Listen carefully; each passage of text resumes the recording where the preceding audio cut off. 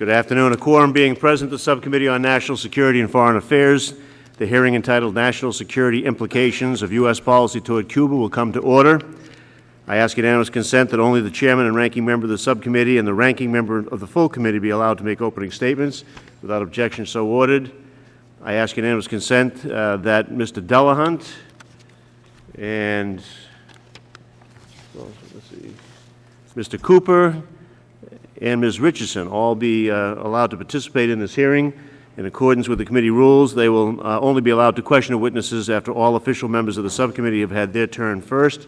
Without objection, so ordered. I ask unanimous consent that the hearing record be kept open for 5 business days so that all members of the subcommittee will be allowed to submit a written statement for the record. Without objection, that's so ordered as well. First, let me thank all of you for your patience and forbearance. We have, the best laid plans of mice and men always go astray, and of course they timed the voting just at the beginning of this hearing, so 25 minutes has gone by, and we regret that and apologize for any inconvenience it's made for our witnesses. We surely do appreciate all of the help you've given us in providing your written statements in advance, as well as your willingness to testify here today. At the outset of this hearing, I want to recognize the leadership that the Ranking Member Flake has shown on this very important issue. He's been recognized as one of the leaders on this issue. He's recognized the need for advancement of America's thinking on the subject, and he's been a principal sponsor of major related legislation together with our Massachusetts colleague, Bill Delahunt. So thank you for your leadership on this. President Obama's April 13 announcement lifting restrictions on family visits and remittances to Cuba, I believe, is a step in the right direction. I hope it's the first step in a long journey. Indeed, the President left open the door to further changes when he stated, "We also believe that Cuba can potentially be a critical part of regional growth." The current U.S. policy toward Cuba is anachronistic and unsustainable, and it's a source of contention between the United States and the rest of Latin America, as well as the European Union. In the lead-up to the recent 5th Summit of the Americas in Trinidad and Tobago, the Costa Rican newspaper La Nación observed that all of Latin America is asking for an end to Cuba's isolation. In today's hearing, the subcommittee aims to identify concrete ways in which increased United States-Cuba cooperation is in our own national security interest, ways that could support the safety and security of the United States citizens, and the nature of the threat the United States would face should our interactions stagnate or lessen. The United States and Cuba have many shared concerns and a long history of shared collaboration, such as joint medical research that predates the Spanish-American War, so-called fence talks between Cuban and American soldiers on Guantanamo, overflights by U.S. hurricane hunters to predict extreme weather, and piecemeal partnerships between our Coast Guards. Most of this cooperation requires nothing more than political will to implement it. Increased cooperation in these fields could give political leaders in both countries the confidence they need to end the 50-year era of mistrust. On April 13, 2009, a letter from 12 retired generals and admirals to President Obama gave a persuasive argument, for greater United States-Cuba engagement. It stated as follows: Cuba ceased to be a military threat decades ago. At the same time, Cuba has intensified its global diplomatic and economic relations with nations as diverse as China, Russia, Venezuela, Brazil, and members of the European Union. Even worse, the embargo inspired a significant diplomatic movement against U.S. policy. When world leaders overwhelmingly cast their vote in the United Nations against the embargo and then visited Havana to denounce American policy, it's time to change the policy, especially after 50 years of failure in attaining our goals. These generals and admirals recommend, and I quote, renewed engagement with Havana on key security issues such as narcotics trafficking, immigration, airspace, and Caribbean security. This idea of engagement underlies our current policies in Iran, Syria, and North Korea, all much graver concerns to the United States, where Americans are currently free to travel. Experts generally agree that the United States' national security would be strengthened if Cuba pursued alternatives to Venezuela or Russian influence. Increasing energy trade with Cuba would contribute to the United States' energy security and would create competition with the export-oriented populist agenda of Venezuela leader Hugo Chavez, while dampening Venezuela's efforts to strengthen its regional presence through visible aid to Cuba. United States energy trade could also limit the attractiveness of the more assertive foreign policy of Russia and China's increased presence in Latin America and investment in Cuba's energy segment.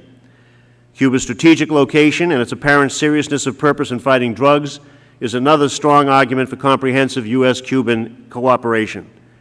Closer coordination could also help close off trafficking routes in the Western Caribbean and disrupt ongoing operations of South American cocaine mafias.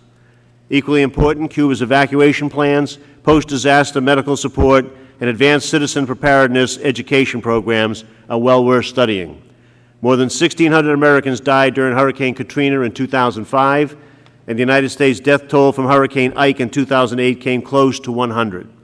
Cuba's death rate from storms over the same period, in contrast, was only about 3 people per year. Only 7 Cubans died from Hurricane Ike. Hurricane preparedness is one of the few areas where the United States and Cuba actually do talk to one another. The United States National Hurricane Center has a good working relationship with its Cuban counterpart, and hurricane hunters based in the United States regularly cross Cuba's airspace with its government's permission. However, other forms of cooperation with Cuba in hurricane response are nearly non-existent. An open exchange of knowledge and transfer of technologies could save lives. All these factors then lead us to the inevitable conclusion that talking to Cuba is in our own interest as well as in Cuba's interest. Our expert witnesses today will detail some steps we should be taking. President Obama has taken an important first step. Now let's explore how and when we can go further and do better. At this point, I'd like to yield to Mr. Flake for his opening remarks. Thank you, Mr. Chairman. Let me start by thanking you and the staff for the bipartisan manner in which this hearing was prepared, and thank the witnesses. This is a great group. I know almost all of you, or all of you, and I look forward to the testimony, and sorry for holding you up. I'll be short here. As we know, the purpose of this hearing is to review national security implications of our current policy to Cuba. There is no denying, I think by anybody, that our current policy toward Cuba has failed to achieve the bipartisan goal of regime change. Instead, our policy of isolation has turned the island into what retired General Charles Wilhelm has called a 47,000 square mile blind spot in our security rearview mirror. We have little to show for this policy but restrictions on the freedom of Americans and tense regional relations. While I have no sympathy for the Castro regime, my views on the appropriate direction of U.S.-Cuba policy are well known. I support ending the trade embargo, which has given the U.S. a needless black eye in the region for far too long without any gains. Along with many in the Cuban-American community, I also support lifting of the travel ban for all Americans, our best ambassadors for democracy. I congratulate the administration on the recent removal of restrictions on Cuban-American travel and remittances, and I also welcome their willingness to review our current approach to the island, perhaps the subject of a future subcommittee hearing, Mr. Chairman. However, I'm also concerned about the continued emphasis on reciprocity with respect to changes in U.S.-Cuban relations. Rather than allowing the Cuban government to control the pace and nature of our bilateral relations, I've long felt that the U.S. must act in a manner consistent with our own self-interest, independent of the politics and whims of a foreign leader. Given the recent emphasis on U.S.-Cuban relations, both domestically and within the region, I welcome the opportunity presented by this hearing to answer important questions such as, are there national security liabilities associated with our policy of isolation? Given the lack of results of the current approach, are these liabilities justified? Now, independent of the imminent shift in U.S.-Cuba relations, are there bilateral steps that can be taken that will improve U.S. national security? Again, Mr. Chairman, I thank you for holding this hearing and look forward to the testimony. Thank you for your remarks. The subcommittee will now receive the testimony of the panel that's before us here today. It's right here. Oh, you came in? Yes. Realize that. We'd like to give Mr. Issa, the chairman of the ranking member of the full committee, the opportunity to provide an opening remarks as well. And so, please, Mr. Issa, proceed. Thank you, Mr. Chairman. And Chairman in Waiting is always a good title for a ranking member. As long as you wait a long time, it's okay. Thank you, Mr. Chairman. I'll be appropriately patient. Mr. Chairman, I want to thank you for holding this hearing. I want to take this opportunity to consider the debate on this very important matter and to provide some alternate thinking, but not to the extent that some might consider. I do agree that we need to review our policy with all of the world's nations, including Cuba, on a regular basis. I believe that this administration, like all administrations, does need to carefully analyze the policies longstanding of previous administrations. I certainly, for example, would hope that very shortly the Taiwan Straits question be answered in the way that it has best been answered since at least Richard Nixon. But in the case of the 50 years since Fidel Castro toppled a corrupt government and replaced it with his own tyrannical regime, this true communist, both Fidel and Raul, have retained their power by stifling any and all dissent. They have imprisoned those who tried to open Cuban society and have murdered political opponents. All the while, the Cuban people have suffered from a failed economic conditions and imposed communism. We're not debating that here today. What I believe we are debating is how to best deal with a regime which is best described as the Castro brothers, now in the last years of their lives, Fidel no longer running the government on a day-to-day basis, but clearly still having some role in the decision process.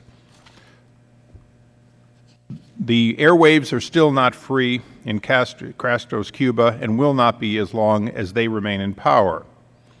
But they cannot remain past the clock that God gives them. So whether we see Hugo Chávez's influence in Cuba or North Korea's or Russia's, there will be a change. I welcome the opportunity today to consider, when that time comes, a little before or a little after, being prepared to engage in positive dialogue with the people of Cuba, being able to end what since 1962 has been a blight on the Americas with a failed state, failed not just because economically it fails, but because it fails to give its own people, some of the best, the brightest, and most ambitious, the opportunities they so dearly seek. In short, Castro government is coming to an end, and we do need to consider today what to do when it ends. Having said that, I believe the United States owes no apology to standing up against Cuba and its government for many years. And I continue to believe that we must be prepared, if we cannot reach effective transition for the Cuban people, we must be prepared to stand up to them as we stand up to North Korea. I do note by both the chairman and the ranking member of the subcommittee that we do have travel of Americans to many countries. For example, China, which spies on us more than any other nation on earth, and which is building a world-class Navy and military, and which has already shown an ability to shoot down a satellite, and has certainly made it clear that that is not only their own satellite that could be shot down, is a place in which Americans travel and Chinese students come here. So, Mr. Chairman, this is a mixed opening statement for a reason. I want to hear what people have to say. I want to try to reconcile the good policy of many years with the future policy that may be an opportunity for the American people to engage at the right time. Last but not least, I would like to make it clear that when it comes to General McCaffrey and the question of drugs, I stand with all those who want to utilize every tool at our disposal to stop drugs. I must, however, note that any relationship with Castro's Cuba would have to begin to look at the head of their own Navy, who stands accused of drug trafficking in this country and has not been brought to task for that, and other similar situations in which it is believed that Castro's Cuba may in fact be part of the problem and not part of the solution. So, Chairman, I thank you very much for calling this hearing. Thank you for your comments. Now the subcommittee will receive testimony from the panel before us here today. I'll introduce all of them and then ask for comments starting at my left and moving across. General Barry McCaffrey is a retired four-star general and a 32-year veteran of the United States Army, during which he served as commander of the United States Southern Command, or SOUTHCOM. For 5 years after leaving the military, General McCaffrey served as the nation's cabinet officer in charge of U.S. drug policy. After leaving government service, General McCaffrey served from 2001 to 2005 as the Bradley Distinguished Professor of International Security Studies at the U.S. Military Academy at West Point. He continues as an adjunct professor of international affairs. He holds a B.S. from West Point and an M.A. from American University, and told me earlier he's a Massachusetts native, and that always counts for extra points here. Mr. Jorge Pinon is an energy fellow from the University of Miami's Center for Hemispheric Policy. Prior to his current position, he held a variety of senior positions in the energy sector, including President and CEO of Transworld Oil USA, President of Amoco Corporate Development Company Latin America, President of Amoco Oil of Mexico, and President of Amoco Oil Latin America, based in Mexico City. Mr. Pinon also currently serves as an advisor and a member of the Cuba task forces at the Brookings Institution and the Council of the Americas. Dr. Renz Lee is President of Global Advisory Services, a McLean, Virginia-based consulting firm. From 2002 to 2003, Dr. Lee worked as a research analyst at the Congressional Research Service. Dr. Lee has performed overseas contract assignments for the State Department, the Department of Energy, the World Bank, the White House Office of National Drug Control Policy, and other agencies. These assignments have covered Russia, Eastern Europe, Central Asia, the Caribbean, and much of South America. He is currently writing a book on drugs, organized crime, and the politics of democratic transition in Cuba. Dr. Lee holds a Ph.D. from Stanford University. Mr. Philip Peters serves as Vice President of the Lexington Institute, where he has responsibility for international economic programs with a focus on Latin America. Prior to joining the Lexington Institute, Mr. Peters served in the State Department under Presidents Ronald Reagan and George H.W. Bush, and has also served as a senior aide in the House of Representatives. Mr. Peters is an advisor to the Cuba Working Group that formed in January 2002 in the House of Representatives. Mr. Peters holds both a B.A. and an M.A. from Georgetown University. Ms. Sarah Stevens is the Executive Director of the Center for Democracy in the Americas. A longtime human rights advocate, Ms. Stevens began her work with Central American refugees in Los Angeles in the 1980s and has since held a number of human rights and civil rights organizations. From 2001 to 2006, Ms. Stevens worked for the Center for International Policy before leaving to launch the Center for Democracy in the Americas. Ms. Stevens has also led dozens of delegations of United States policymakers, academics, experts, and philanthropists to Cuba, Chile, and Venezuela in fact-finding and research missions. Thank you all again for taking your time, making yourselves available today, and sharing your expertise. It's the policy of this subcommittee to swear you in before you testify, so I ask you to please stand and raise your right hands. Do you solemnly swear to tell the truth, the whole truth, and nothing but the truth? I do. Thank you. The record will please reflect that all of the witnesses answered in the affirmative. I remind all of you that your full written statement will be put in the hearing record. We ask you to try to keep your remarks to roughly within 5 minutes. Most of you are familiar with the lights. With 1 minute left, the amber light will come on, and when the 5 minutes is up, the red light will go off, and we'll try to ask you at that point in time to wind down a little bit on that. So again, thank you. General McCaffrey, would you care to start? Well, thank you, Mr. Chairman, and to Congressman Flake also and the members of the committee for the opportunity to be here. I'm also very impressed by the other members of the panel and look forward to hearing their own testimony. And I thank you for introducing into the record my own comments, which I wrote in consultation with a bunch of people whose judgment I have respect for. Let me, if I can, whenever you talk about Cuba, there are such powerful animosities among the political agendas of those discussing the situations. They always try and set the baseline on what I actually think about Cuba. And there's 6 quick observations, one of which is I understand Cuba as a failing Marxist dictatorship. Secondly, that it's locked in a revolution that essentially since 1962 has had some difficulty adapting to the globalization and the movement of the world around them. Third, that their economy is a disaster. And in the short term, they're being propped up by Venezuelan oil and dollars out of the Chavez regime. But their bigger problem is they're running an artificial, centralized, under-resourced economy where the true creative spirit of the Cuban people have been suppressed. Fourth, I understand there's no freedom of assembly, speech, press, unions, where to live, no real choices. And when you see a lot of these refugees coming out of Cuba, it's not just economic opportunity in Florida or Louisiana or Mississippi or Texas they're seeking. They're looking for freedom, the same reasons our grandparents came here. Fifth observation, At the end of the day, the real power in Cuba is unquestionably held in the hands of the two Castro brothers. And indeed, I think Fidel recently has stepped upon Raul Castro's sort of grudging attempts to expand the nature of the debate. Behind the power of the Castro brothers is the Army and the Interior Ministry. There are 6 3-star generals and 1 4-star general in the Cuban military, Raul being the 4-star general. All 7 of them are in their late 60s or 70s.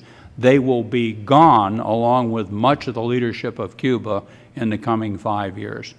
And then finally, I think when you look at the current Cuban leadership, to some extent, you're looking at the Soviet Union in the 1980s. It's the calm before the storm. And the question is, what do we do in the first term of the Obama administration to make this thing come out better? Congressman Flake, I think, said it in a very different way, and I agree with his comments that to some extent, U.S. policy has failed, and we've left U.S. policy in the hands of the Cubans. It's a very interesting dilemma. There's no question we lack influence. When I was down, I spent 12 hours with the Castro brothers, acting as a professor at West Point on a visit a couple years after 9/11. It was clear to me that my subsequent dialogue with the 40-somethings of the Cuban government, they're smart young people out there. They're bilingual. They've traveled. They have ideas, and we don't know who they are, and we're not engaged with them. We've truncated and minimized our access to that regime.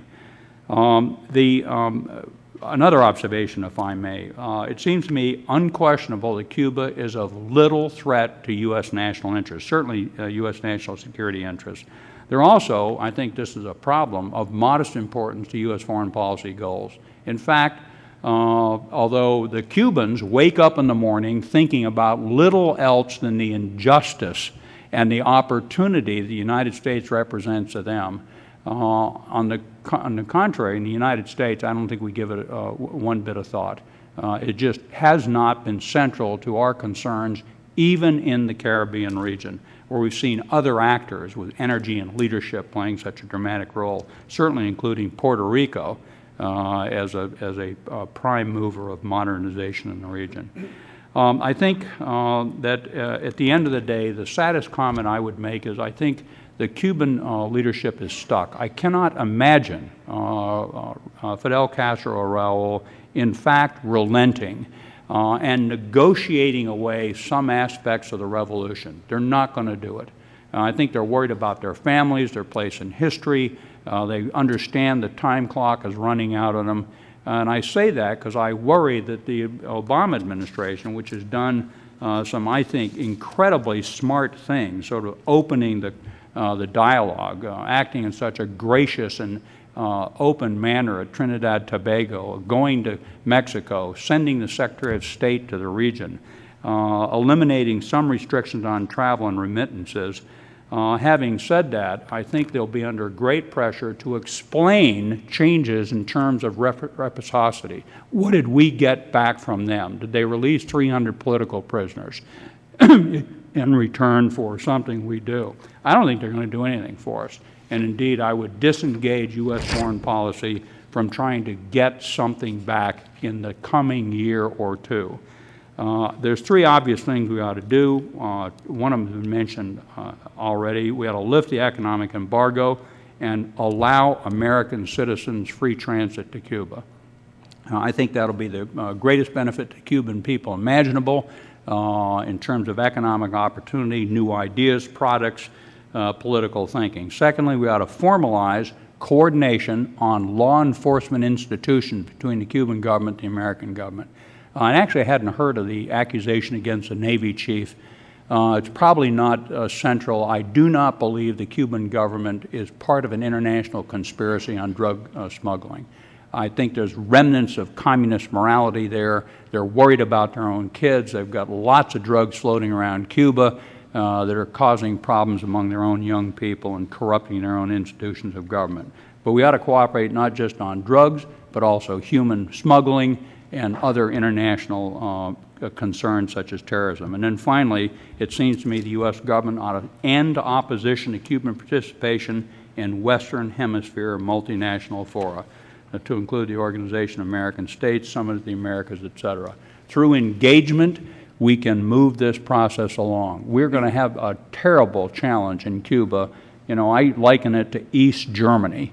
That problem took a generation to begin to solve, and I think the same thing is going to happen in Cuba. So I'm all for dramatic, sudden initiatives on the part of the Obama administration to directly engage the Cubans. Thanks very much for allowing me to offer these ideas, and I look forward to responding to your own interests. Thank you, General. We appreciate your remarks. Mr. Pignon. Thank you, Mr. Chairman. Nearly 2 years ago, under the auspices of the Brookings Institution, I was invited to be part of a group of 19 distinguished academics, opinion leaders, and international diplomats committed in seeking a strong and effective U.S. policy toward Cuba. Under the leadership of Ambassador Carlos Pascual and Ambassador Vicky Huddleston, our team of well-known experts in the field of U.S.-Cuba relations carried out a series of simulation exercises and discussions that have served to enhance our understanding of the complex political realities of Cuba and the United States. By testing the responses of several strategic actors and stakeholders to a variety of scenarios, we have identified potential catalysts and constraints to political change on the island. The end result of our efforts was a roadmap report entitled Cuba, a New Policy of Critical and Constructive Engagement, which I believe the committee has a copy of. 2/3 of Cuba's petroleum demand currently relies on imports, and Venezuela is the single source of these imports under heavily subsidized payment terms. This petroleum dependency, valued at over $3 billion in 2008, could be used by Venezuela as a tool to influence a Cuban government in maintaining a politically antagonistic and belligerent position toward the United States. Cuba has learned from past experiences and is very much aware of the political and economic risk and consequences of depending on a single source of imported oil. The collapse of the Soviet Union in 1991 and the 2003 Venezuelan oil strike taught Cuba very expensive lessons. Raul Castro understands the risks. His recent visits to major oil exporters such as Brazil, Russia, Angola, and Algeria underscore his concerns. A relationship with Brazil would provide a balance to Cuba's current dependency, while others could bring with it corrupt and unsavory business practices.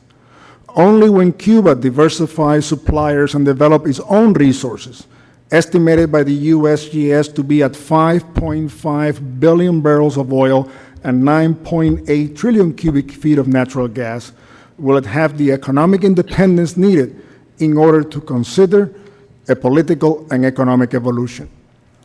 Although Cuban authorities have invited United States oil companies to participate in developing their offshore oil and natural gas resources, U.S. law does not allow it.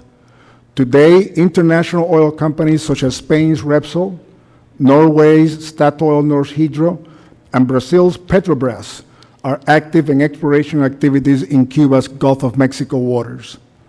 American oil and oil and equipment service companies have the capital, technology, and operational know-how to explore, produce, and refine in a safe and responsible manner Cuba's potential oil and natural gas reserves. Yet, they remain on the sidelines because of our almost 5-decade-old unilateral political and economic embargo. The President can end this impasse by licensing American companies to participate in developing Cuba's offshore oil and natural gas. In the opinion of legal experts consulted, Mr. Chairman, no legislation prevents the President from authorizing U.S. oil companies from developing Cuba's oil and natural gas reserves. A Cuban government influenced by its energy benefactors would most likely result in a continuation of the current political and economic model. If Cuba's future leaders are unable to fill the power vacuum left by the departure of the old cadre, they could become pawn of illicit business activities, drug cartels, and the United States could face a mass illegal immigration by hundreds of thousands of Cubans. The Brookings report proposes, Mr. Chairman, as part of a phased strategy, a policy that supports the emergence of a Cuban state where the Cuban people determine the political and economic future of their country through democratic means. And to achieve this goal, Mr. Chairman, Cuba must achieve energy independence. In conclusion, Mr. Chairman, if U.S. companies were allowed to contribute in developing Cuba's hydrocarbon reserves, as well as renewable energy, such as solar, wind, and sugarcane ethanol, it would reduce the influence of autocratic and corrupt government on the island's road towards self-determination. Most importantly, it would provide the United States and other democratic countries with a better chance of working with Cuba's future leaders to carry out reforms that would lead to a more open and representative society. Thank you, Mr. Chairman. Thank you very much, Mr. Pinion. Dr. Lee. Thank you, Mr. Chairman. My argument today is that Cuba can play... Dr. Lee, could I ask you to either pull the mic a little closer or make sure that it's on? My argument today is that Cuba can play a potentially pivotal role in controlling the Caribbean drug trade, and that this reality creates both opportunities and challenges for U.S.-Cuban relations. Cuba's geographical location makes it a tempting target for international traffickers. The island lies only 90 miles from Key West on a direct flight path from Colombia's Caribbean coast to the southeastern United States. Cuba claims to have seized some 65 tons of drugs in the past decade, most of it heading toward the Bahamas and the United States. The United States and Cuba have an obvious mutual interest in stemming this flow and in preventing Colombian and Mexican cocaine kingpins from setting up shop on the island. Yet they have not entered into a formal agreement to fight drugs, although Cuba maintains such agreements with more than 30 other countries. And what cooperation exists occurs episodically on a case-by-case basis. Washington and Havana need to engage more fully on the issue, jointly deploying intelligence and interdiction assets to disrupt smuggling networks that operate in the Western Caribbean. To date, though, Washington has shied away from a deeper relationship, fearing that this would lead to a political opening and confer a measure of legitimacy upon the Castro regime. Yet current strategic realities in the region and Havana's evident willingness to engage in such a relationship, as well as impending leadership changes in Cuba, argue that we should rethink these concerns. The cooperative framework that I envisage does not imply approval of the Castro regime. It would entail increased U.S. law enforcement presence on the island and increased bureaucrat-to-bureaucrat contacts at the working level that might serve as a platform for reshaping U.S. relations with Cuba during a time of leadership transition. Now, Cuba has some history of high-level official connections to Colombian cocaine exporters, and I described these at some length in my written testimony. But in the past 20 years, the regime has made a considerable effort to distance itself from these criminal associations, expanding anti-drug cooperation with Western and Latin American nations, and adopting an increasingly prohibitionist approach toward illegal drugs at home that includes some of the most draconian anti-drug legislation anywhere on the planet.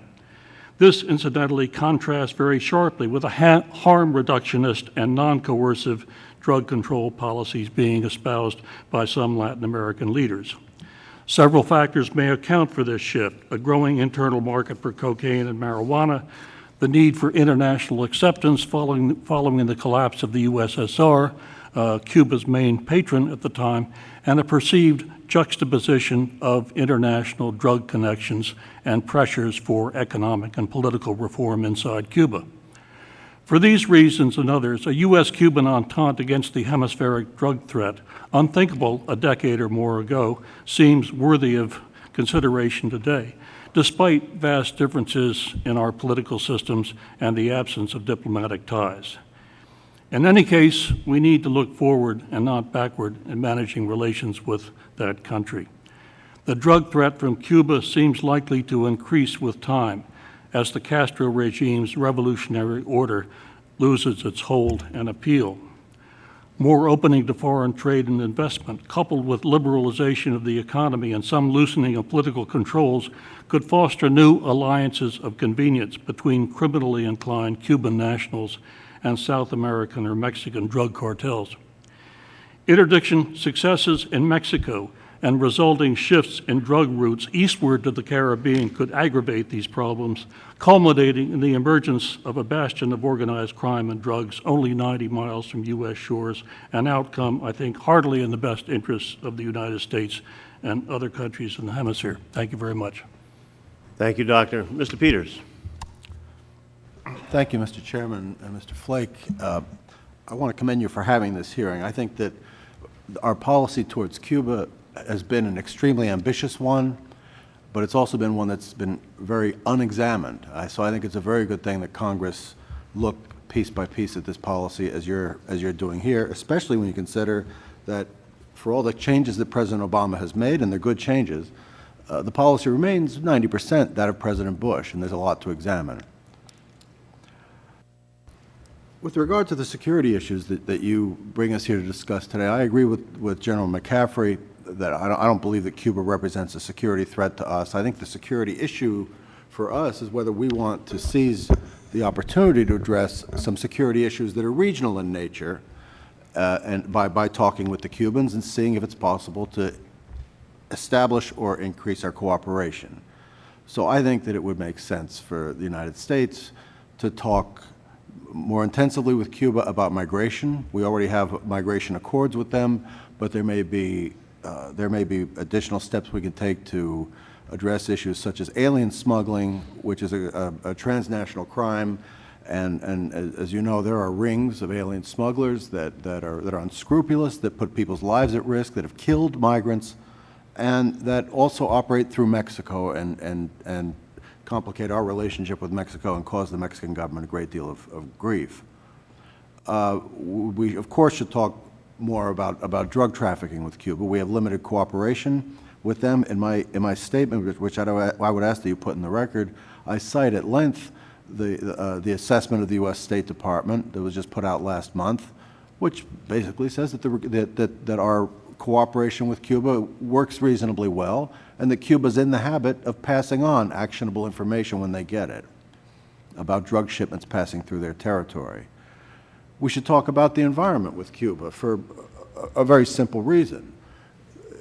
Take a map, look at where Cuba's thinking of drilling, look at where the Gulf Stream goes, and see that it ends up on the eastern coast of Florida, and take into account that area off Florida's coast is the area of greatest biodiversity in our marine environment anywhere. An accident in Cuba's offshore area where they're going to drill for oil becomes our problem within a matter of days. So it is nuts that the United States is not talking to Cuba about the normal disaster preparedness things that we would do if it were any other country. I'll add also that I think we should have military-to-military relations with Cuba, or at least we should explore. It makes no sense whatsoever that our SOUTHCOM commanders know the leadership of the military institutions everywhere in the hemisphere, but not that of Cuba. Certainly, if you look at the military-to-military relationship we have with China, it's not a bowl of cherries. It doesn't work perfectly, but it's gone on for about 2 decades with all the incidents that have occurred and with the broad differences we have, because the idea is to establish relationships, to establish an understanding of each side's intentions, and to work on things such as crisis prevention. And certainly without exhausting our imaginations too much, it's easy to think of crises that could occur in the straits between the United States and Cuba. Finally, Mr. Chairman, I was struck by Mr. Iss's opening statement. Even though he's departed the room, I want to address myself a little bit to him, because I think that I believe in all these initiatives I just stated to you, but I believe them in the context of greater engagement. And as a Republican listening to him, I hear him expressing some of the doubts and issues that come to any Republican's mind or to many Americans' mind when you think of Cuba, and that is a very clear revulsion against the human rights practices of the Cuban government, not in a political science theory way, but because those practices hold down the Cuban people, suppress their creativity and their energy and their ability to make a better life for themselves. And at the same time, a nagging question of whether we should engage. on a more in a broader sense, as Mr. Issa referred, as we do with China. We let, as he said, that we allow Americans to travel there, and we allow Chinese students to come here. But he asked the question, well, what would be the right time to engage? Well, I would just say this, what time is it in Cuba? It's the end of an era in Cuba right now. Our influence is low. We're a superpower, and we think we can do a lot of things, so it's a little hard for us to swallow sometimes. This country's so close to us, our influence is very low. Our influence is low because our contacts are very low. They're at a time now when this generation of the Castros that won the revolution, the clock is running out, and they're going to be leaving. The younger generation, to whom General McCaffrey referred, is in the wings. And they know that the system, it's not a failed system, but it's not working. Young people don't have hope. Young people are such a precious resource, are emigrating and want to emigrate in very large numbers. There's severe income inequality that they haven't been able to solve, and there's not hope among the younger generation. They don't create enough jobs. This younger generation knows they've got to do something to address those issues, because they'll be much worse if the current generation doesn't get to them before they leave. So they've got these huge problems hanging. And what's our response? Well, we don't really want to connect with the next generation. Oh, you want to invite Cuban academics here? Well, no, our policy won't allow that. You want to have conferences in Cuba? Well, the Treasury Department's going to stop you because of what you would spend on that. Our universities want to have student exchanges. Well, no, you can't get a license for that. If it's a 2-week program, it's got to be 10 weeks or more. High school students, no, they can't go to Cuba. All the people-to-people programs abolished under the Bush administration. It's no wonder we have no influence in that country, because we don't have contact there.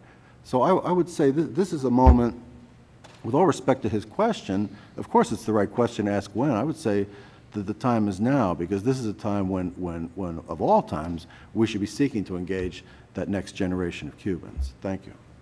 Thank you very much, Mr. Peters. And in response to your comment, all of your statement and all the other witnesses' statements will be incorporated into the record by unanimous consent.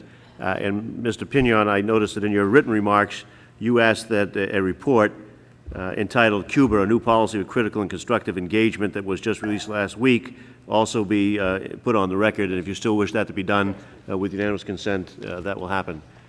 Ms. Stevens, please. Thank you, Chairman Tierney. Ranking Member Flake. Am I on? Thank you. Thank you, Chairman. Thank you, Ranking Member Flake, and the members of the subcommittee for the opportunity to appear before you today. I serve as the Executive Director of the Center for Democracy in the Americas. It's a nonprofit, non-governmental, independent organization. Our Freedom to Travel campaign has taken bipartisan delegations with over 60 members of the House and Senate and their professional staffs to Cuba since 2001. With the prospects for talks between the U.S. and Cuban governments increasing, having a discussion now about how engagement can best serve our nation's security and broader interests could not be more timely. Earlier this year, our organization published this report, The 9 Ways for Us to Talk to Cuba and for Cuba to Talk to Us. Mr. Chairman, I'd appreciate having this submitted to the record as well. Without objection. Thank you. Our contributors, who include a former combatant commander of Southcom, a Homeland Security appointee from the Bush administration, energy scholars from the James Baker Institute at Rice University, and authorities on issues from migration to academic exchange, all argued this. Rather than refusing to engage with Cuba diplomatically, our country could best promote our national interest and our values by engaging Cuba's government in talks about problems that concern us both. This report is a direct outgrowth of our organization's trips to the island. Our delegations speak to government officials, the Catholic Church, civil society, foreign embassies and foreign investors, artists, ordinary people, about everything from their private aspirations to their views about U.S. policy. These conversations drive home to the policymakers the cost of our isolation from the Cuban people in powerful and practical ways beyond simple commerce. Isolation stops us from working with Cuba on issues we've heard about today, like migration and counter-narcotics, that lie at the core of our neighborhood's security. It prevents our diplomats at the U.S. interest section from doing what their counterparts at foreign embassies do, traveling the island or meeting with Cuban officials. Many Cubans find our refusal to sit down with their government and acknowledge its sovereignty disrespectful to them and their country.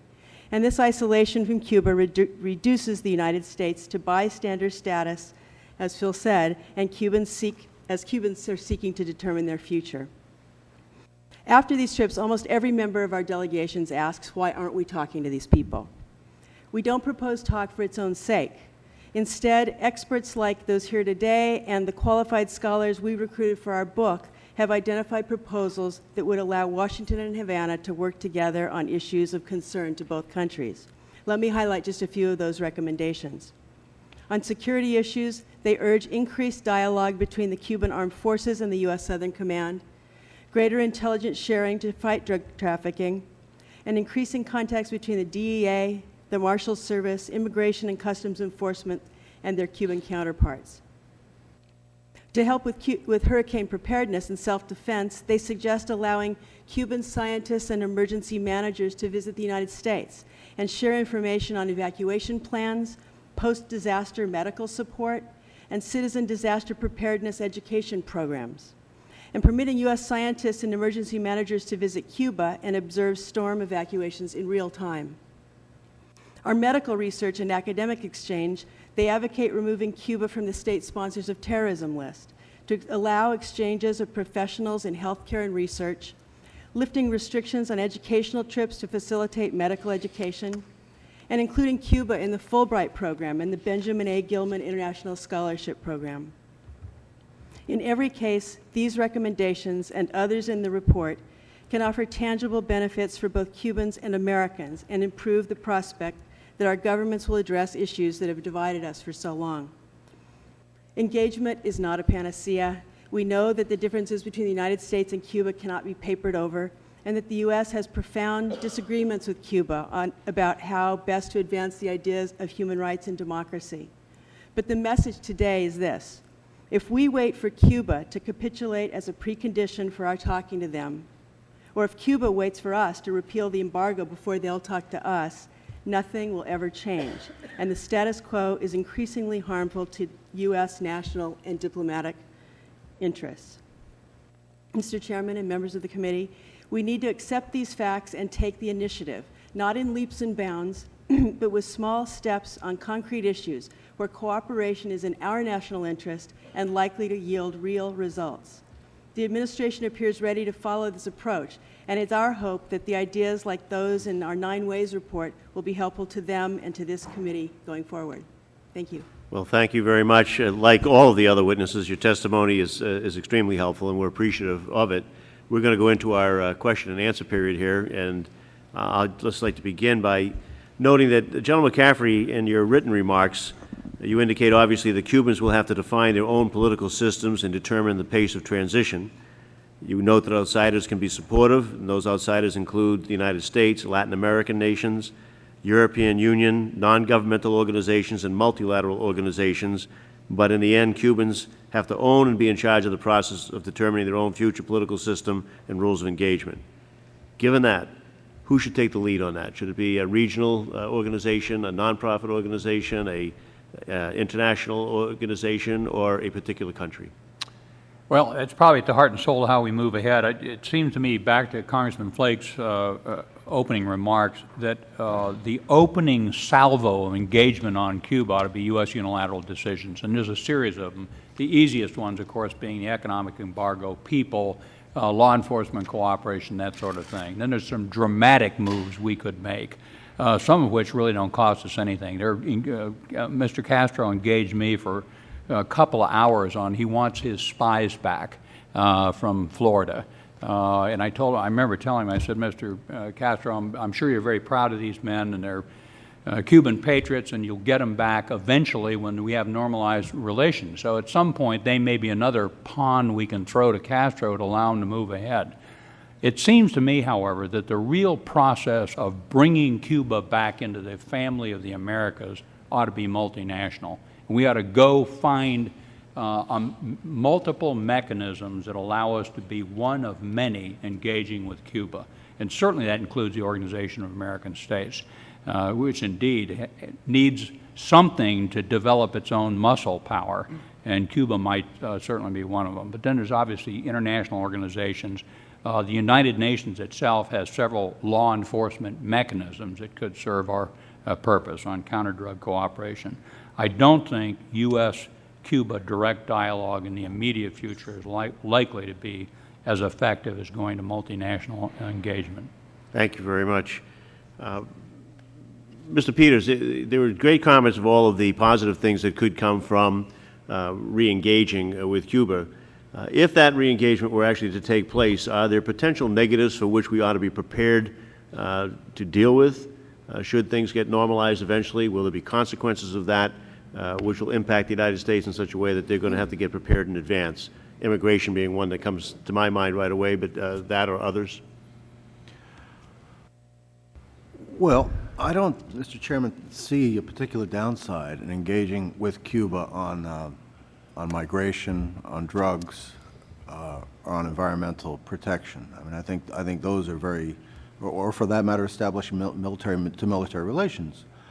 I think that we should, I don't think that the thing is to deal with Cuba as if it was any other country. I think we should deal with Cuba as we have dealt with communist countries across administrations of both Democrats and Republicans, with our eyes wide open.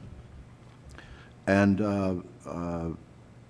but on these security issues, I don't see a particular downside. I also think it's important to point out, I don't believe that Cuba is necessarily going to be an ideal partner on all these things.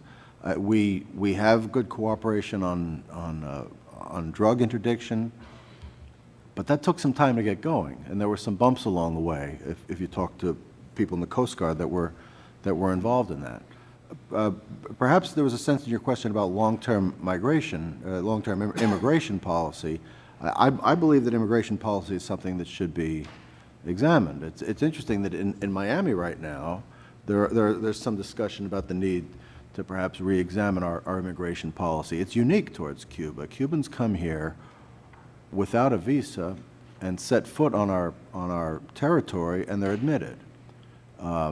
Within a year, they're permitted to move towards legal permanent residence. And from the very beginning, they get a lot of government benefits, the same package of government benefits that a refugee would get. These are people who come without a visa and don't claim or meet the standard of having a well-founded fear of persecution if they were to return. There's some debate in Miami now about whether that should continue or not, especially when Cuban Americans are now free to travel back and forth.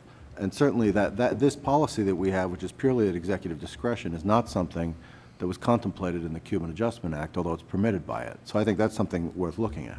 Thank you. And finally, Ms. Stevens, you note that the interest section that the United States has in Cuba is not doing some of the very ordinary things that their counterparts in other foreign embassies do. What are they doing? What are the people in our U.S. What are the people, if they're not doing the traveling the island, meeting with officials, and the normal things that you would expect for embassies to do, can you give us some observations of what effect they are having and what they are doing? Well, it sort of depends who's there. The current chief of the U.S. intersection is Mr. Farrar, and he, I think, is doing a very good job of having eyes and ears out as far as he can go. He's really making a genuine effort to understand what's going on within the boundaries of where he's allowed to travel on the island. When I was last in Cuba, I had a meeting with him at the intersection, and then the next morning ran into him at the church across the harbor in Regla. He's clearly trying to learn and understand within the limitations he has. You know, others have done it differently. Previous chiefs have put up billboards along the highway in front of the intersection that are, I'm sorry, I haven't put up billboards, but have put up electronic signs. You probably heard about this, that run news and then accusations about the reality on Cuba, on the island, that are meant, I guess, were meant to educate the Cuban population, but instead embarrassed the United States and infuriated the Cubans. So I would say, you know, it kind of depends who's there. But they definitely have a very limited experience not being able to talk to the Cuban government. Thank you. Mr. Flake. Thank you. I appreciate all of the testimony. It was very, very enlightening. General McCaffrey, you mentioned that, I liked your statement that we've truncated and minimized our access to that regime and the people in that regime. And certainly that's been my experience there. We have no idea who the people in waiting are there, and that's a bit troubling. But one thing that we always hear is we can't engage with a country, or we can't allow Americans to travel to a country that is one of our listed state sponsors of terrorism. Does that give you any pause in making the recommendations that you've made to lift the embargo or whatnot? Should we be doing that to some country that has been identified as a state sponsor of terrorism? Yeah, I think there's still, 7 nations on state sponsors of terrorism, and it's something that the Cuba piece of it, I think, is 80 words, or very cryptic, because there's probably no current reality to that at all. I think in past years you could have made that argument 25 years ago. They were an active threat. They had 250,000 troops in Africa. They were very aggressively, with covert agents, trying to foment revolutions around the Americas, but I don't think that's the case any longer. I cannot imagine the Cubans realistically being a threat to our national security interests in the short run. Now, having said that, again, I think Mr. Peters makes a good point. You know, we ought to have a dialogue with them with our eyes wide open. But clearly, 5 years from today, if we don't know who the one-star generals and the battalion commanders and the key intelligence officers are in Cuba, we have harmed our own ability to protect the interests of the American people. We've got to get down there and engage with them. We ought to have influence. We ought to give them something to prize as opposed to merely withholding things from their society. And it seems to me, again, the downside risk is almost non-existent. Mr. Pignon, it's often said as well that we somehow lend legitimacy to the regime if we take action to engage them on issues of national security or drug interdiction or migration. Can you comment on that? Do we somehow lend legitimacy to that regime? You know, I come from the private sector, and early on I learned from a former boss of mine that when you read it in the front page of the Wall Street Journal, it's too late. And so I believe in early engagement. Early engagement somehow gets misdirected. I mean, we're talking about conversations. We're talking about dialogue at different levels. I was just in Cuba 3 weeks ago. I was there at the time of the baseball game between Cuba and Japan. And let me tell you, people in the street want to engage you. They do want to talk. They want to talk about the U.S. They want to talk about President Obama. So I think the fear of engagement, the fear of conversation, particularly in the case of Cuba, there is really no justification for not having it. Right. Mr. Peters, do you have any comment on that, on as far as the legitimacy argument? Is it a moot point after 50 years that the regime is in place, that we would somehow lend legitimacy to it, or I don't because know that is often brought up, I can tell you, among in Congress here. Should we lend legitimacy to that regime at this point? Well, that seems to me to be a diplomatic issue that would be raised in the very early months of a government such as Cuba's, when there's doubt as to whether it's going to hang on or not. But we're quite a bit past that point. And I don't think that issue or any of the variations of it that imply that Cuba is on the brink, and that whether we engage or not is going to change the equation in a decisive way. I don't think any of those arguments hold water. But more importantly, I don't think that I think the fact that this issue comes up tells us just how far out of the mainstream of American foreign policy this policy is. President Reagan engaged with the Soviet Union. President Nixon engaged with China. Presidents of both parties have engaged with all kinds of governments that are not particularly nice, and where we have very, very vast differences in terms of our security interests and our values, and about things like human rights practices. And I don't think that that President Reagan's trips to the Soviet Union, his walking around Moscow with Gorbachev, anything like that, and I think no one would say that President Reagan was legitimizing the Soviets or their system. Thank you. Thank you. Mr. Driehaus, recognized for 5 minutes. Thank you, Mr. Chairman, and I'm sorry I missed the oral testimony. I was in a markup in another committee, but I appreciate the opportunity to ask a few questions today. I noticed in your written testimony, General McCaffrey, that you noted that Cubans must own and be in charge of the process of determining their future political system, and the U.S. can be supportive of that effort. How have you seen the attitudes of Cubans on the ground change in recent times to suggest that this is a unique opportunity to engage and to pursue more open relations? And have you seen that? Is there an attitude in Cuba that this is a unique time and that we do have a critical opportunity to engage? Well, you know, I would probably say it's more a unique time in the United States than in Cuba. That for the first year of this new administration, there's a tremendous openness to new thinking, to erasing past mistakes. We've been, I say this painfully, discredited in many ways in the international community. So I think we have an opportunity to proceed unilaterally to change the nature of the debate. In Cuba, by the way, years ago, I lose track of time, 96 or so, I had 10,000, 15,000 Cubans pulled out of the sea and end up under my care in Panama. We had them there in really as refugee status. I spent a lot of time walking around talking to Cubans from all walks of life, from intel officers that have been stuck into that flow, to military officers, to business people, to families, whatever. And it came across to me that, though, you know, there's a general notion that Fidel was a national symbol that they admired. But almost uniformly across every aspect of Cuban society, as I talked to them, they thought that these people had a failed philosophical approach. The economics wasn't going to work. It would never change as long as they were in power. And that's why they took grandmother and children and everyone and went down to the sea to escape.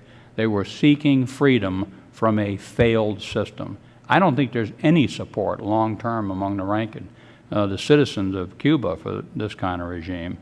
But I do think the power still flows out of the barrel of a gun, and until we engage in new ideas and opportunities and thinking and tourism and engagement people to people happens, that it's unlikely that Cuba is going to represent anything but an insular prison. And just as a follow-up to Congressman Flake's question regarding whether or not we are legitimizing the Cuban governance structure and some of their human rights efforts or violations by engaging them, can you draw a comparison, and I appreciate, Mr. Peters, the comparison with the Soviet Union and the visits to the Soviet Union, but, you know, obviously we are very engaged with China. And are there substantive differences in terms of regime, in terms of human rights policies between Cuba and China, such that Cuba is so much worse that we wouldn't engage them versus the types of practices we currently engage with in China? Was that addressed to me, sir? At you or Mr. Peters? Well, you know, I was sort of thinking with some amusement. I've been a negotiator in international arms control and other drug policy, and I've dealt with a lot of people around the face of the earth, many of whom I was thinking throughout the dialogue that probably the next U.S. Visit would be from the United States Air Force. Some truly dreadful regimes that we opened dialogue because we thought it served our interests and our own people. And certainly the pre-Balkan Serbian leadership that was enslaving a lot of the region, and for that matter, dealing with the Russians, trying to help them get away from their dreadful past with tens of millions murdered by their own political system. So I cannot imagine that the United States, notwithstanding the damage that's been done by our reputation in the last few years by some missteps, but I cannot imagine that our international reputation for our values, for open government, for opportunity, for the way in which minorities and women have taken their place in our society. It's hard to imagine that we would damage that reputation by dealing with the Cubans. It's silly, completely silly. We're dealing with the North Koreans, for God's sakes. They've murdered 1 million of their own people through starvation and gulags. They've got nuclear weapons. They're a tremendous threat to the region. We're dealing correctly with the Iranians now in a very careful way.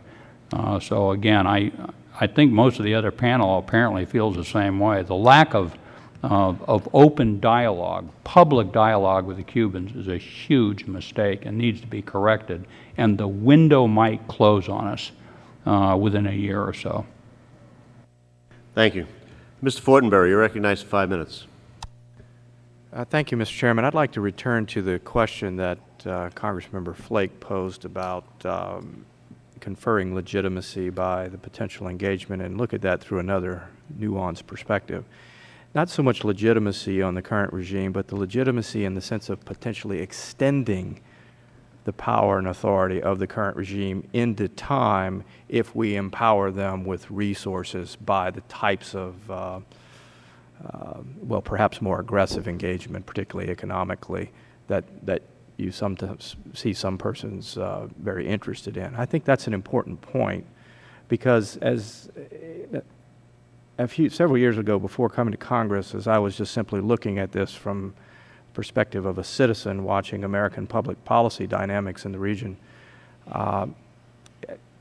it had occurred to me that some movement in a direction of potential engagement with the country seemed reasonable. There seemed to be some opening for liberalization in society with differing viewpoints that occurred. A number of people took that opportunity, and 75 academics, political scientists, journalists, librarians were then thrown into jail, many of them still into jail. Several were executed who had tried to leave. That was a grave reminder of what we're dealing with here. So, two questions. Conferring legitimacy in this, to the extent that it has the risk of extending the brutality of the regime into the future, and secondly, engagement with whom? They could engage with us tomorrow. They could throw the door wide open, and I'm sure we would rush through it and embrace them if there was a change of perspective and a certain increase of their capacity for that society to respect human rights and reevaluate itself based upon some fundamental principles that inform the hearts of all humanity. So I throw that question to all of you since we've all talked, you all have touched on that narrative thread. I think your concerns are entirely on target. My take on it was that, first of all, if I thought strangling Cuba economically would bring down the regime, it might be an appropriate course of action to consider. But it hasn't worked. In fact, I think the last time we tightened the screws in the last couple of years, a lot of the Cuban American community said, yeah, let's give it a chance, maybe it'll work. It hasn't, and so you've seen these dramatic changes in polling data now out of the Cuban American community, where particularly the younger people are saying, this isn't the way to go, our families are suffering, we want open access to them. So I think the mood of the country, by the way, has changed dramatically, our country, and they're open now to new thinking. Another thought, just to offer it, I've participated in an awful lot of U.S. efforts to bring somebody to their knees through blockades and economic embargoes, Serbia, the Iraqis, the North Koreans, and others, and it never works. Normally what happens is you end up lowering the lifestyle of the broad population. Serbia certainly springs to mind, and suddenly cigarette smugglers become the wealthiest people in Serbia. So you distort the economy, you magnify the control of the repressive forces. Now, there may be some room for some of that. Certainly, if we're worried about nuclear weapons, we have to be very careful about technology access for some of these regimes. But again, it's hard for me to think in my own mind objectively of a reason why we don't unilaterally open the floodgates of ideas, people, and access to Cuba. And then, in the coming decade, because I think we're talking about 10 years to reintegrate Cuba, try and work in a very positive way and not determine their future, but assist them in thinking through and struggling through this issue.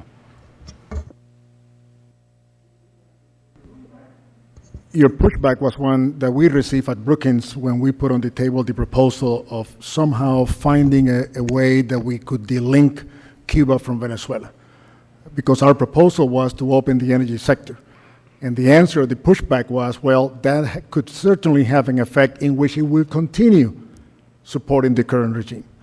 So we went through that scenario planning. We did spend at least a day and a half on that, and we found that it was very, very important to find a way to delink Cuba from Venezuela. The first 30 years of the Cuban revolutions partly was successful because of its dependency on the Soviet Union. And for the last 8 years, Cuba today economically is still going because of its dependency on Venezuela. Oil development is going to take, Congressman, at least anywhere between 3 to 5 years. So it's something that is not going to happen overnight. It will take at least 3 to 5 years. And Cuba will have to produce at least 200,000 barrels a day in order for them to net the same economic benefit that they're receiving today from Venezuela. So the issue of opening Cuba's energy sector for exploration and production for U.S. companies was a way of delinking Cuba from Venezuela, because we don't believe that Cuba can make its own decisions in the future depending on Venezuela. Well, these are hard. Thank you. If the other members of the panel want to give a brief response to Mr. Fortenberry's question, we'd appreciate that. But I know they're going to call votes on this again in a second. I don't want to have to ask all of you to wait and come back. So, Dr. Lee, Mr. Peters, Ms. Stevens, you want to run through that? We appreciate it. Yeah. I mean, I've opinions on this question that Congressman Flake rose really run the gamut. I mean, I've heard people, for example, people within some of the communities here, United States and Washington, Miami, arguing that we should simply close down the U.S. interest section in Havana and simply cut off all contact with Cubans. This is my view of how to deal with, how to manage the U.S.-Cuban relationship is very different. As you know, I favor increasing, intensifying, deepening law enforcement and even intelligence cooperation with the Cubans with respect to the issue of the hemispheric drug threat. And I think that the more contact that we have with the intelligence people, the law enforcement people, the Cuban military, others that are interested in this, have an interest in containing the drug problem, the more we're kind of, in a sense, getting into the guts of the Cuban power structure, of the Cuban system. And I think this is where we need to be in order to be able to, well, I don't want to use the word manipulate, but shall we say be in a position to creatively observe the transition that is going to be occurring very soon as the Castro brothers leave the scene. Thank you, Mr. Peters. Thank you, Mr. Chairman. Thank you, Mr. Chairman. To respond to Mr. Fortenberry's question, I don't believe that I think it's exactly the right question to raise, whether U.S. engagement would extend the life of the government in Cuba. But I don't think it's in play. We look at a place like Cuba, we look at the economy there, and we say to ourselves, God, if it was like that in the United States, our government would be out. And it's easy to mirror image that way, but it just hasn't been the case. The Cuban economy is not in great shape. The personal economies of many families are not in great shape in Cuba. But these economic difficulties do not translate into political risk for the Cuban government. And in 1992 and 93, when they were at in the most horrendous economic crisis you can imagine, when the Soviet Union disappeared and left them in a ditch, nutrition levels and everything just collapsed. Then there was not, that economic deprivation did not translate into a threat to the political longevity of the Cuban government. So at the margin, I don't believe our economic sanctions have any discernible impact on the political longevity of the Cuban government. At the margin, what they do is they stop universities from engaging, they stop people from engaging, they stop somebody from Miami from getting some help to his aunt so that she can repair her house after a hurricane. They stop people from sending money that would help somebody establish a business, whether legitimate or illegal. They stop cultural activities from taking place. At the margin, our sanctions stop churches and synagogues from engaging. They stop people from being able to send help through religious organizations.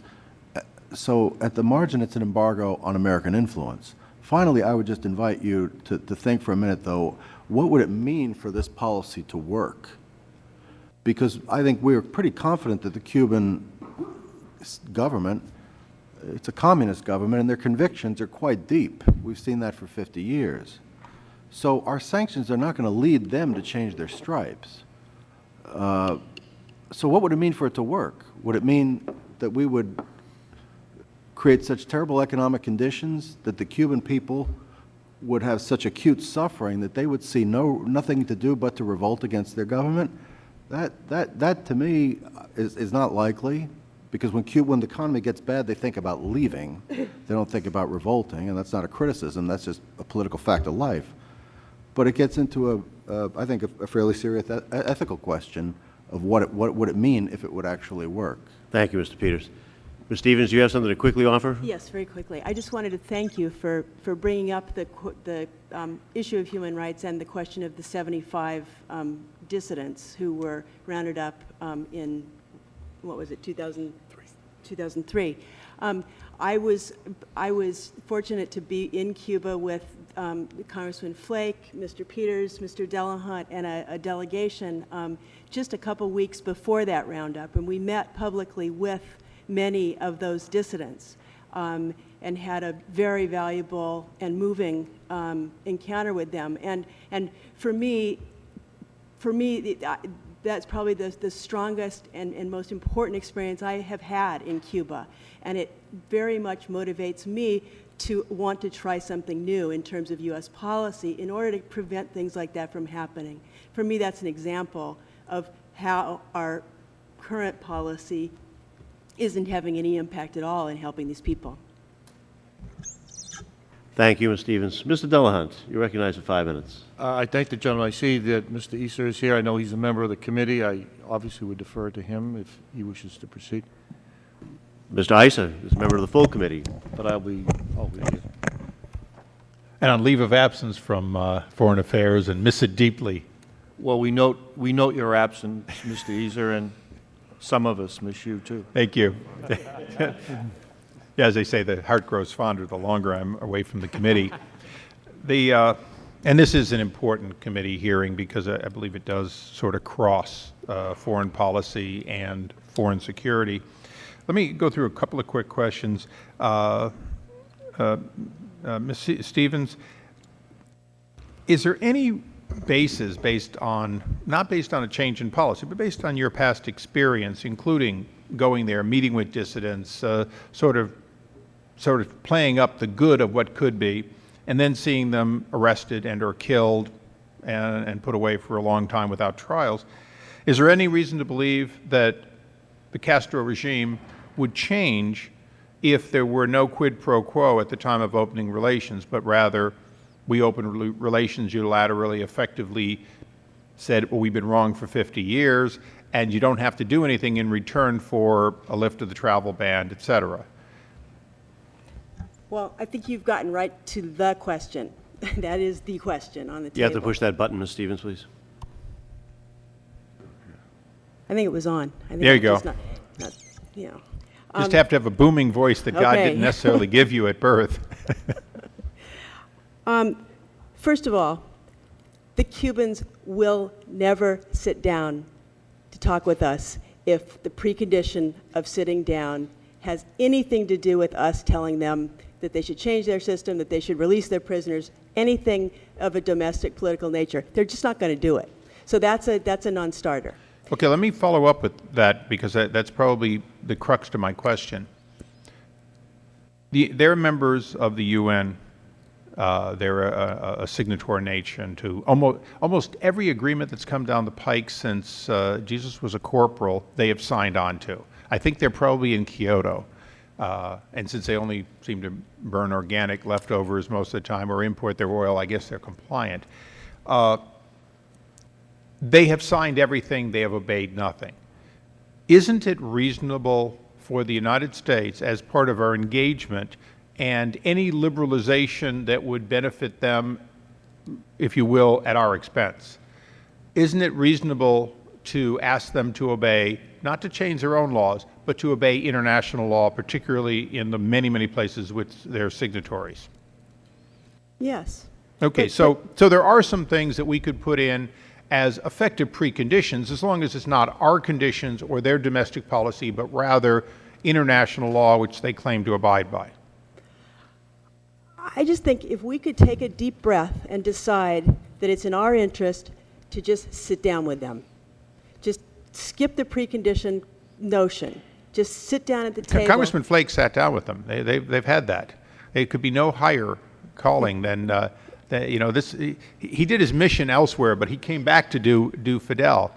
Could I just say one thing about the way, because we also spent a lot of time visiting with diplomats from other countries who do have relations with the Cuban government, and for me, that's where the model exists. Now, I'm not saying, obviously, that they've changed, through their, great conversations with the Cuban government, that they've changed the country from being communist, but they have had some successes in quiet discussions about specific human rights cases and specific political prisoners. So I think that's a way to start. I appreciate that, and I've been involved in that. I'm fortunate enough to be on the Helsinki Commission, and we do try to look at that globally.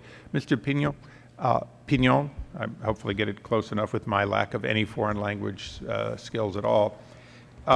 Assuming we were to allow U.S. oil companies to drill in the region or engage in any other way, what good faith belief do we have that they would not, at the appropriate time in their best interest, nationalize our resources as Hugo Chavez has done, or as they did before and still owe countless billions to us over it? Is there anything under the current regime that would cause us to think that that could not likely occur again, and it wouldn't be completely consistent with their communist form of government? No, and that's why, like I said earlier, when we went through our scenario planning, we made a point, and I make a point again in my testimony, that this process takes anywhere between 2 to 5 years before any oil can come on production. So the assumption when we went through our recommendation at Brookings was that within that 5-year period, there will be a movement in Cuba already in which the transition or a new cadre of leadership will be in place. And again, hopefully that will help them to divorce themselves from the dependency on Venezuela. So again, what we're talking about is nothing that it will bring an immediate benefit, economic benefit to the Cuban government. We're talking about 3 to 5 years. Okay. The risk of nationalization, yes, it is there. In our industry, Chairman, we always face it. I appreciate, just very quickly, if they can't answer directly, maybe for the record, an exit question, which is, in light of those questions and current government, then is your common recommendation that even if the U.S. government does not see clear to lift sanctions and so on, that an engagement with a plan for the change that is likely to appear or to occur is in our best interest based on, if you will, the 5-year horizon that you referred to? Yes. Just a straight, yeah. Is that pretty consistent across the board, that that's a common recommendation that we should take away from today? No. I would. If we can just please keep it brief, and so that we don't have those votes called down. You say they might nationalize our resources. I'm not interested in seeing the United States government be involved at all in it. And I think that American companies, if they choose to get involved, would have to weigh the risks and risk the loss of their resources. in a country where the economic policies present that risk. There's no doubt about it. In fact, I think what I would add to that is I don't see us in this coming phase negotiating changes in Cuba so much as unilaterally lifting the economic embargo, people access, initiating law enforcement cooperation, and not blocking them from being buffered by being part of international organizations. I think the negotiations, whether we do it or not, it's almost irrelevant. Until Fidel and Raul are gone, until we get the 40-somethings in government, we shouldn't expect dramatic change in Cuba. But certainly the wash of U.S. ideas, influence, and tourists, in my view, will help set the preconditions for those ultimate negotiations. I appreciate that. And Mr. Chairman, for the record, it was Admiral Aldo Santamaria that I was referring to in my opening remarks. So we just want to thank you for living up to your opening remark that you would be brief, and we appreciate that. We'll know what to expect in the future. Mr. Delahunt. Yes, Mr. Chairman, excellent hearing. I congratulate you and the committee on this hearing. I'm just going to make some observations and then invite response if there's sufficient time. I'll make an effort to be brief. I noted that I think it was General McCaffrey that talked about the need for military-to-military contacts. Every single commander of Southcom that I have discussed this with, and they've made public statements, have echoed that particular sentiment. General Wilhelm, General Pace, and I'm forgetting, and Jack Sheehan, General Jack Sheehan, all recommended the instituting military-to-military contact. I think it's important to get that on the record. And I would also note, for the record, that the dissidents that we met with and that were alluded to by Ms. Stevens, every single one of them today, some having been released because of humanitarian concerns, many of them still incarcerated in the Cuban prison system, advocate for change of the current policy, and specifically advocate for change in terms of Americans' rights to visit unrestricted and uninhibited to Cuba. I think that's very important, and that we should listen to those particular individuals. When it comes to human rights, naturally we share the concerns, and I think the question by Mr. Driehaus went to that issue. But I would also note that we have relationships with other nations. In fact, some are our allies, where I would submit that their human rights record is worse, in fact, than that of the Cuban government in terms of how we define human rights. I've been to Cuba. I've been to church there. I've gone to Mass there. There is a vibrant, healthy Jewish community there. Clearly, the Catholic Church in Cuba has a strained relationship with the government. But one can wear a cross, one can wear a Star of David in Cuba. You cannot do that in Saudi Arabia. There is, in fact, a religious police in Saudi Arabia. And when President Bush, and I'm referring to President George Herbert Walker Bush, had to go to an aircraft carrier to celebrate a Christian service in terms of celebrating Christmas. So, and by the way, I can assure you that women can drive in Cuba. They cannot drive in Saudi Arabia. And there are no independent unions, and the list goes on and on and on. So I think it's very important to understand that. If we're going to measure engagement with other nations predicated on the human rights record, we would find ourselves having to terminate diplomatic relationships with a long list that we currently deal with. I think in particular of Uzbekistan, where our own human rights record indicates that Islam Karimov has instructed human beings to be boiled alive. So I think we've got to understand that. I'd like to get to, and the state sponsor a terrorism issue, and how do they get there? I posed that question a while back, and it was interesting to discover that the primary motivation for the placement of Cuba on that particular list was because in Cuba there are members of ETA, the Basque separatist organization. I then went on to learn, however, that that was done at the request of the Spanish government. So maybe that whole issue should be revisited. But I'd like to speak specifically to the issue of drugs. Mr. Peters and I first met at a conference in Havana on drug interdiction.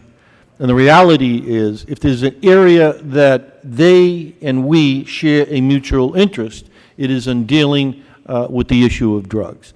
I would, invite a response from Mr. Lee or General McCaffrey, where the drugs are.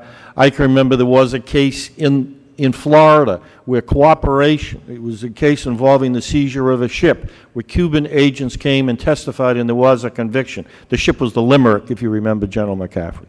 So, and by the way, I've never heard of this particular admiral before, and I think it was Mr. Lee that indicated that the narcotics laws are draconian, and any good police state is going to be very, very careful in terms of allowing drugs to be sold or purchased or even a transit venue for interdiction here. I cannot imagine why we have not formalized a drug agreement with Cuba at this point in time. We are doing a disservice to ourselves. We're doing a disservice to our own people.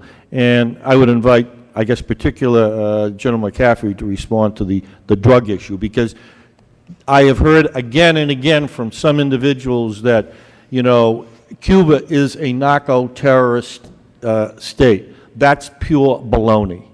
General McCaffrey. Well, I think you probably summarized my own arguments pretty well. It was interesting to me to watch the animosity develop between me and selected members of Congress over just that issue. And again, I tried to go to every source of intelligence I could find. There's no question in my mind that there is corruption at times in the Cuban government and incompetence. There's no question that that there are lots of drugs floating around Cuba, particularly washing up on shore, bundles of cocaine and marijuana. But it was clear to me that they were not on a governmental basis in part of an international conspiracy. It would threaten the regime. It threatened their sense of communist morality. I did get a Coast Guard element into Cuba over tremendous hue and cry, I think 3 of them. And one of the panel members mentioned, I went on a nighttime walk with that Coast Guard officer who knew more about what the Cuban people were thinking and talking about than a dozen of the folks in the Cuban interest section in Havana, because he was out, we'd walk his dog and they'd approach him and they'd ask him about the latest thing over Radio Marti. And so, again, I think your point is right on track. Our interests are served by law enforcement cooperation, not just interdiction, on human trafficking in human beings, in drugs, in terrorism, and I expect the Cubans would find that to be an open option. Now, I think the other thing on Southcom to Cuban military dialogue, not too much of it, not too much training. How do you run great tank mechanized attacks in high-intensity combat? But clearly, dialogue on peacekeeping operations and on international humanitarian operations and others, certainly at their officer corps level, it'd be a great investment in their future. I'd bring some of them into our schooling system, get 2 of them to go to Leavenworth. The first 5 years they'd all be intel people, but eventually they'd get jealous and some of the comers would get the slot. So dialogue, engagement on areas of mutual interest, that will work. Thank you. Thank you, Mr. Delahunt, for your contributions to this record. We appreciate it, as well as your skill of asking a 5-minute question and then eliciting an answer afterwards. We'll all take note of that. We have no further questions from the panel here. I want to give each of you an opportunity, however, to make a last remark if there's anything that you feel has been left unsaid. I mean, you don't need to make a remark, but I don't want anybody to leave after having invited you here and made you wait.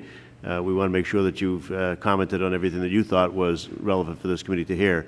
So, Ms. Stevens, do you have anything to add? Well, it's almost irresistible, isn't it? Yeah, you got to say something. I think that one thing that is so clear to me when we're in Cuba is that that the notion that our embargo is somehow crippling the Cuban economy is just isn't right.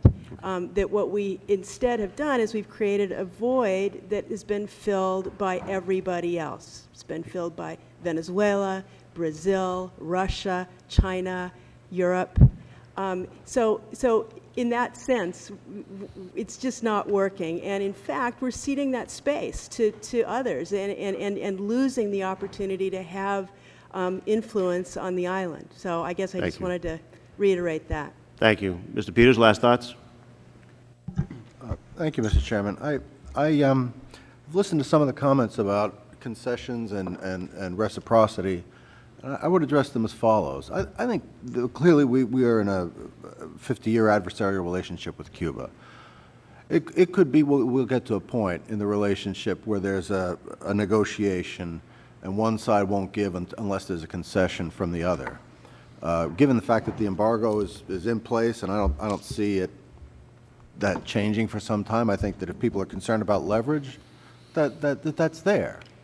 But I see the situation somewhat differently. I mean, what is at issue now, I think, is not a concession to the Cuban government, but concessions to ourselves. I mean, we are sort of like a chess player that's been playing for a long time, getting nowhere, and deciding to use a different gambit. And when one changes, you don't do it and demand that the other side make a concession to you. You do it to become more effective. We don't have influence in Cuba. We don't have contacts in Cuba.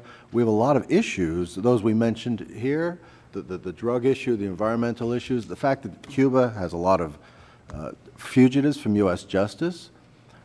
And we need to get into the game and start addressing those things. To change the policy is to make a concession to ourselves. Thank you. Dr. Lee, last note? Yeah, well, I certainly agree with General McCaffrey and others